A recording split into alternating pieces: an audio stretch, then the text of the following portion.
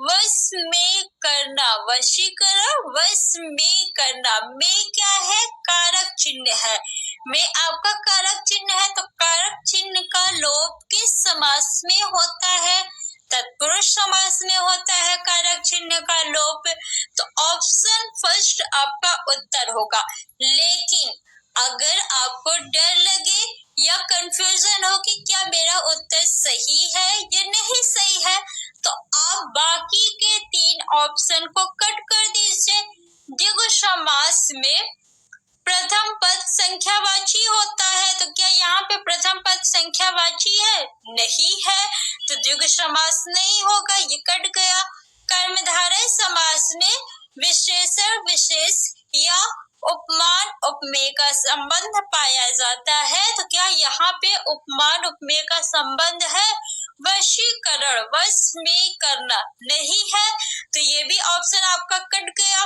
बहुव्रीहि समास में उसका अर्थ प्रधान होता है, तो क्या यहाँ पे इसका अर्थ निकल रहा है? वशीकरण, वश में करना अर्थात नहीं निकल रहा है, तो ये भी ऑप्शन आपका गलत हो जाएगा। तो कौन सा ऑप्शन बचा? सिर्फ फर्स्ट वाला बचा ना, तो ऑप्शन वशीकरण में कौन सा समास हो जाएगा? तत्पुरुष समास हो जाएगा। चतुरानन में कौन सा समास है? चतुरानन यानी 4। अब 4 से काफी छात्र लगा देंगे द्विगु समास, लेकिन आपको पूरा देखना है ना। चतुरानन यानी 4 है आनन जिसके, अर्थात भगवान ब्रह्मा। इसका अर्थ निकल रहा है। जब अर्थ निकलेगा तो आपका बहुव्रीहि समास होगा। कौन सा समास होगा? बहुव्रीहि समास। अगर अर्थ नहीं निकलता और प्रथम पद संख्यावाची है, तब आपका कौन सा समास होता? द्विगु समास। लेकिन यहाँ पे अर्थ निकल रहा है। चतुरानन यानी 4 है आनन जिसके, अर्थात भगवान ब्रह्मा। आनन मीन्स होता है मुख, तो यहाँ पे अर्थ निकल रहा तो बहुव्रीहि समास होगा। बट अभी बाकी जो ऑप्शंस है, अगर आपको कंफ्यूजन हो, डाउट है या डर लग रहा है, तो आप बाकी 3 ऑप्शन को कट कर दीजिए। तत्पुरुष समास में कारक चिन्ह का लोप होता है, तो यहाँ पे कारक चिन्ह है। 4 है आनंद जिसके, अर्थात नहीं, तो ये ऑप्शन आपका कट गया। अव्ययी भाव समास में प्रथम पद उपसर्ग होता है, तो क्या यहाँ पे प्रथम पद उपसर्ग है? चतुरानन नहीं है, तो ये भी ऑप्शन आपका कट गया। कर्मधारय समास में विशेषण विशेष का संबंध पाया जाता है या उपमान उपमेय का संबंध पाया जाता है। चतुरानन 4 है आनंद जिसके, अर्थात, तो यहाँ पे देखिए विशेषण विशेष का संबंध नहीं पाया जा रहा है, तो कर्मधारय समास भी नहीं होगा। कौन सा समास होगा? बहुव्रीहि समास होगा। अनायास में कौन सा समास है? अनायास 2 शब्दों से मिलकर बना है। अन धन आयास। अनायास कितने शब्दों से मिलकर बना है? 2 शब्दों से। अंधन आयास। आयास मीन्स जिसके बारे में आपको पहले से नहीं पता है, यानी जो अचानक घटित हो जाए उसे हम अनायास बोलते हैं। अन मीन्स नहीं, जो अचानक हो जाए। अनायास जो अचानक हो जाए। अन आपका प्रथम पद है और ये उपसर्ग है, तो प्रथम पद उपसर्ग किसमें होता है? अव्ययी भाव समास में होता है। तत्पुरुष समास में कारक चिन्ह होता है, तो क्या यहाँ कारक चिन्ह है? नहीं है, तो ये ऑप्शन आपका कट गया। द्विगु समास में प्रथम पद आपका संख्यावाची होता है, तो क्या प्रथम पद संख्यावाची है? नहीं है, तो ये भी कट गया। द्वंद्व समास में दोनों शब्द एक दूसरे के विलोम होते हैं, तो क्या दोनों शब्द एक दूसरे के विलोम है? नहीं है ना, तो ये द्वंद्व समास भी आपका कट गया। कौन सा ऑप्शन सही है? ऑप्शन नंबर सेकंड आपका सही है, यानी अव्ययी भाव समास होगा अनायास में। नेक्स्ट क्वेश्चन, श्रेष्ठ कवि में कौन सा समास है? श्रेष्ठ कवि यानी कवि जो श्रेष्ठ है।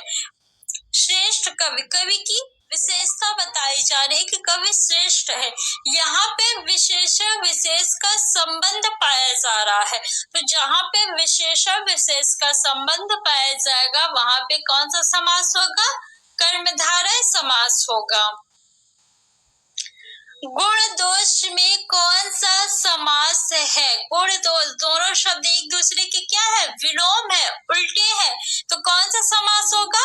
द्वंद्व समास। द्वंद्व समास में दोनों शब्द एक दूसरे के क्या होते हैं? विलोम होते हैं। दीर्घ समास में प्रथम पद संख्यावाची होता है, क्या यहाँ पे संख्यावाची है? नहीं, ये भी कट जाएगा ऑप्शन। कर्मधारय में विशेषण विशेष का संबंध होता है, क्या यहाँ पे विशेषता बताई जा रही है? विशेषण विशेष का संबंध है? नहीं, तो ये भी कट गया। तत्पुरुष समास में कारक चिन्ह होता है, यहाँ कोई कारक चिन्ह नहीं है, तो ऑप्शन नंबर 4 आपका जो है वो बिल्कुल सही है, द्वंद्व समास होगा। गुण दोष में कौन सा समास? द्वंद्व समास। बैलगाड़ी में कौन सा समास है? बैलगाड़ी यानी बैल की गाड़ी। बैल की गाड़ी की क्या है आपका? कारक चिन्ह। कारक चिन्ह किसमें होता है? किसमें कारक चिन्ह का लोप होता है? तत्पुरुष समास में, तो ऑप्शन नंबर फर्स्ट आपका सही है। तो फ्रेंड्स, क्वेश्चन को करने के दो तरीके हैं। एक तो आपको उत्तर पता हो आप कर दीजिए, नहीं तो अगर आपके मन में कोई कंफ्यूजन है तो आप बाकी 3 ऑप्शन को कट कर दीजिए। आपको जो तरीका अच्छा लगे आप उस तरीके से करिए। कर्मधारय समास का उदाहरण कौन सा है? इस क्वेश्चन को सावधानी से करना है, नहीं तो गलत हो जाएगा। उपर्युक्त सभी अगर कोई कह रहा है तो ये गलत होगा। आप ध्यान से देखिए, नवरात्रि यानी 9 रात, नवरात्रि 9 रात, तो 9 आपका क्या है? प्रथम पद संख्यावाची। प्रथम पद संख्यावाची किसमें होता है? द्विगु समास में होता है, तो ये आपका ऑप्शन कट गया। ये ऑप्शन कट गया तो ऑप्शन 4 भी आपका कट गया। नवगृह, नवगृह यानी जो नया घर बना है अभी उसे नवगृह कहते हैं, तो नवगृह में कर्मधारय समास होगा या नहीं? हाँ, इसमें कर्मधारय समास है। नव युवक में कर्मधारय समास है या नहीं? नव युवक मतलब नव युवक नहीं होगा। नव युवक यानी जो अभी अभी युवा हुआ है, अभी अभी जवान हुआ है, उसे हम नव युवक कहते हैं। यानी यहाँ पे विशेष विशेष का संबंध पाया जा रहा है, तो दोनों ऑप्शन आपके जो है वो सही है। ये दोनों ऑप्शन सही है। यहाँ पे नवगृह नहीं नवग्रह होगा, बट बाय मिस्टेक जो है वो नवगृह प्रिंट हो चुका है, तो यहाँ पे ऑप्शन आपके दोनों जो है वो सही है, सेकेंड वाला भी और थर्ड वाला भी। घनश्याम में कौन सा समास है? घनश्याम, घन है जो श्याम अर्थात कृष्ण भगवान, कृष्ण भगवान को भी घनश्याम बोला जाता है, तो यहाँ पे कौन सा समास होगा? बहुव्रीहि समास होगा। लेकिन कर्मधारय समास भी आपके ऑप्शन में दिया है और इसमें कर्मधारय समास भी है। घन श्याम, घन है जो श्याम अर्थात बादल से भी जो काला है, दोनों समास है। ऐसे क्वेश्चन अगर आपके एग्जाम में आ जाए तो आप क्या करेंगे? देखिए, कर्मधारय और बहुव्रीहि जिसमें दोनों समास हो, आपको किसको वरीयता देना है? बहुव्रीहि समास को वरीयता देंगे। आप क्या लगाएंगे? बहुव्रीहि समास लगाएंगे।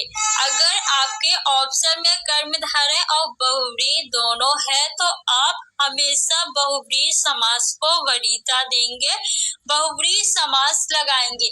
अगर ऑप्शन में बहुव्रीहि समास आपका नहीं होता तब आप क्या लगाते? कर्मधारय समास लगाते, लेकिन ऑप्शन में बहुव्रीहि है तो बहुव्रीहि समास ही लगाएंगे।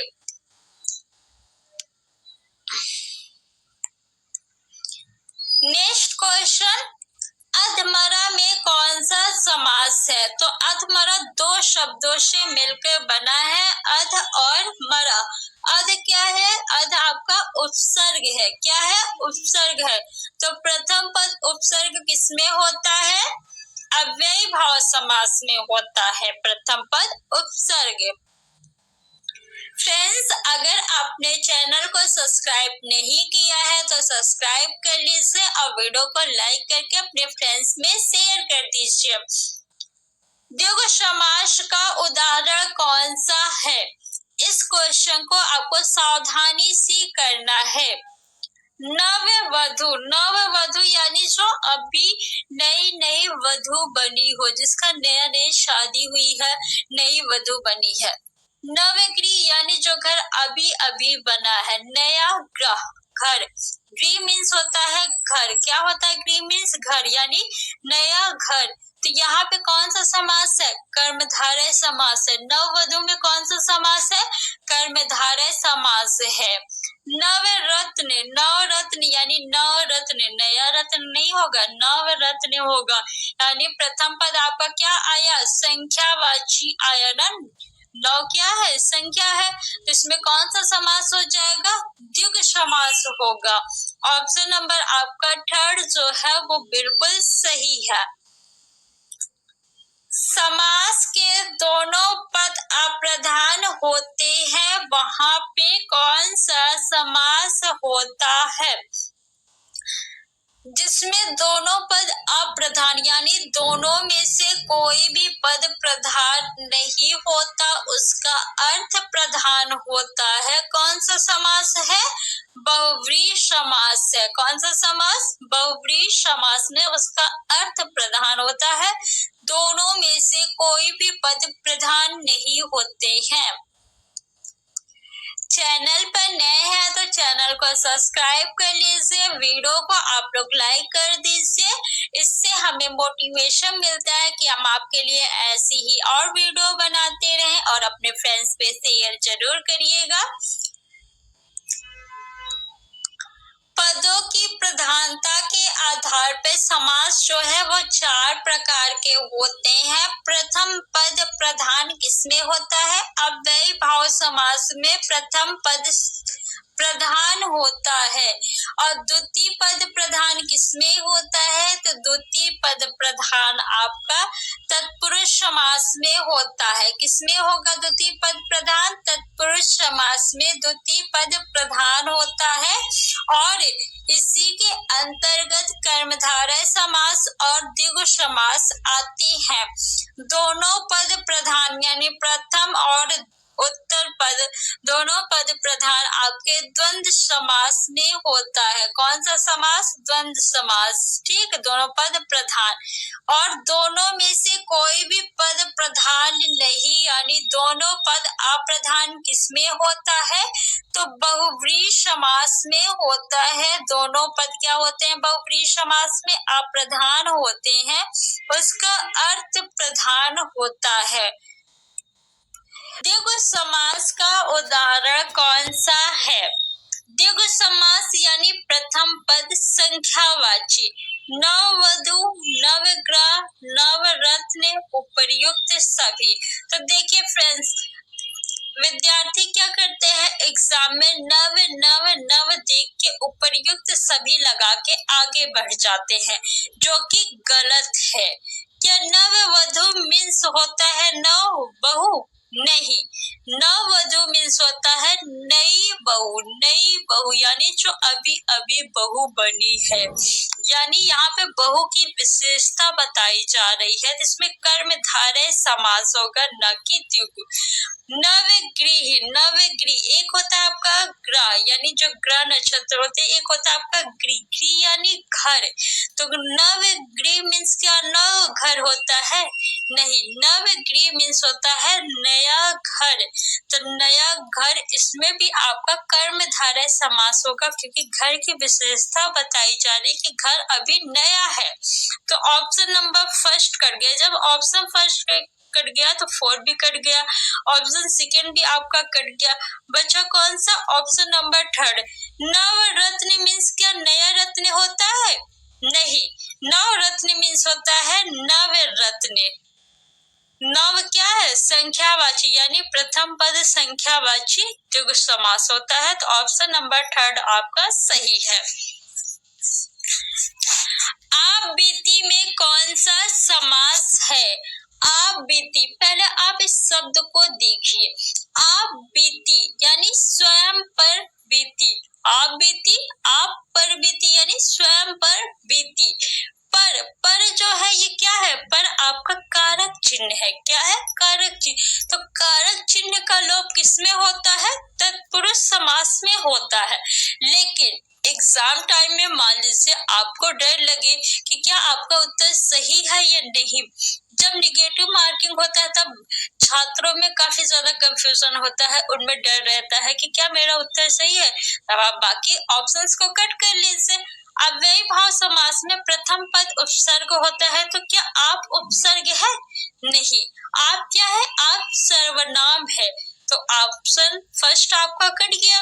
द्वंद्व समास में दोनों पद एक दूसरे के विलोम होते हैं, तो आप और बीती क्या विलोम है? नहीं, तो द्वंद्व समास भी नहीं होगा। कर्मधारय समास में विशेषता बताई जाती है, तो आप और बीती क्या विशेषता बता रहे हैं?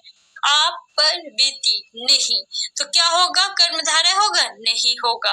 कौन सा ऑप्शन बचा? ऑप्शन नंबर 4 आपका सही है। राजमहल में कौन सा समास है? राजमहल यानी राजा का महल। राजमहल, राजा का महल या फिर राजा के लिए महल। तो इसमें क्या है? कारक चिन्ह का लोप है। कारक चिन्ह का लोप किसमें होता है? तत्पुरुष समास में होता है। बाकी ऑप्शंस कट करके देख लिए। अव्ययी भाव समास में प्रथम पद उपसर्ग होता है, तो राज क्या उपसर्ग है? नहीं, तो ऑप्शन फर्स्ट आपका गलत हो गया। द्वंद्व समास में दोनों पद एक दूसरे के विलोम होते हैं। राज और महल क्या विलोम है? नहीं। राजा का विलोम क्या होता है? रंक होता है, रानी होता है या प्रजा होता है। तो ऑप्शन आपका सेकंड भी कट गया।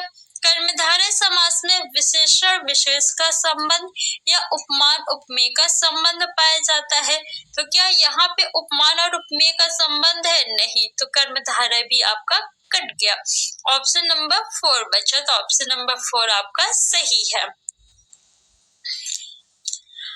पॉकेट मार में कौन सा समास है? पॉकेट मार यानी पॉकेट को मारने वाला। पॉकेट मार, पॉकेट को मारने वाला। तो को क्या है? कारक चिन्ह। तो कारक चिन्ह का लोप किसमें होता है? तत्पुरुष समास में। ऑप्शन नंबर 4 आपका सही हो गया।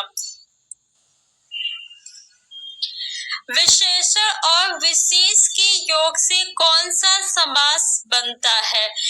विशेषण और विशेष के योग से कौन सा समास बनता है? कर्मधारय समास। ऑप्शन नंबर 3 आपका सही हो गया। अव्ययी भाव समास में प्रथम पद उपसर्ग होता है, तो अव्ययी भाव नहीं होगा। द्वंद्व समास में दोनों पद एक दूसरे के विलोम होते हैं, द्वंद्व समास नहीं होगा। तत्पुरुष समास में कारक चिन्ह का लोप होता है, कारक चिन्ह यानी तत्पुरुष समास नहीं होगा। मुख दर्शन में कौन सा समास है?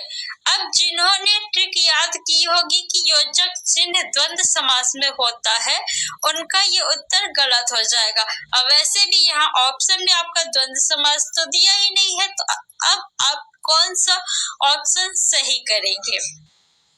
एग्जामिनर ऐसे क्वेश्चन इसलिए देते ताकि छात्र गलत कर सके। एग्जामिनर को पता चल चुका है कि छात्रों ने ट्रिक याद रखी है कि योजक चिन्ह जहां दिखे वहां पे द्वंद्व समास लगाना है, जो कि बिल्कुल गलत है। देखिए, कोई भी ट्रिक ऐसी नहीं है कि योजक चिन्ह देख के आपको द्वंद्व लगाना है, ये बिल्कुल गलत है। ये मात्र 90% ही सही होता है। आपको अगर ट्रिक याद रखना है तो आप याद रखिए कि दोनों पद एक दूसरे के विलोम या पूरक होते हैं, तो वहां पे द्वंद्व समास होता है। जैसे देखिए, दिन और दिन है, क्या इसमें द्वंद्व समास है? नहीं, इसमें द्वंद्व समास नहीं है।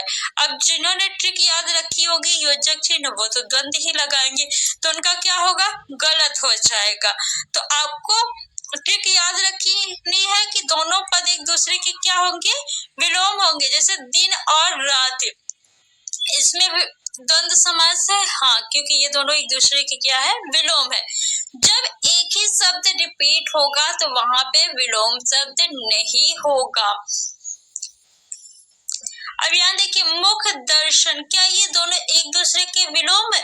नहीं, तो यहाँ पे द्वंद्व समास होगा? नहीं होगा। मुख दर्शन यानी मुख के दर्शन, मुख दर्शन, मुख की दर्शन, की क्या है, कारक चिन्ह है ना, का, की, के, रा, री, रे, संबंध कारक चिन्ह है, तो के आपका संबंध कारक चिन्ह यानी तत्पुरुष समास है। कौन सा समास? तत्पुरुष समास है। ऑप्शन नंबर आपका 4 सही है। दिन और दिन में कौन सा समास होगा? तो देखिए, जब एक ही शब्द रिपीट होगा तो वहां पे आपका अव्ययी भाव समास होगा। कौन सा समास होगा? अव्ययी भाव समास होगा। जैसे दिन दिन, रात रात, सरासर, रातों रात, इसमें कौन सा समास है? अव्ययी भाव समास। नेक्स्ट क्वेश्चन है, देवासुर में कौन सा समास है? देवासुर में कौन सा समास है? अब कुछ विद्यार्थी देवासुर को देख के तत्पुरुष समास लगा देंगे, जो कि गलत है। देवासुर, इसका संधि विच्छेद क्या होगा? देवासुर का देव और असुर क्या होगा? देव और असुर,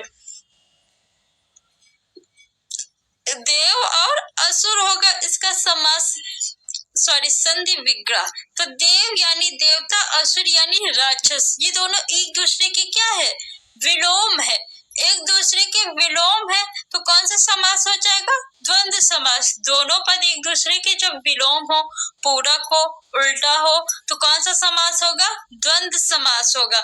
अब छात्रों ने जिन्होंने याद रखी है कि बीच में योजक चिन्ह है, तो वो तो यहाँ पे गलत कर देंगे।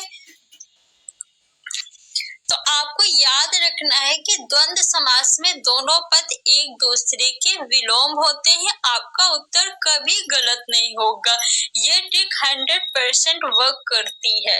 तो देवासुर में कौन सा समास हो जाएगा? द्वंद्व समास होगा।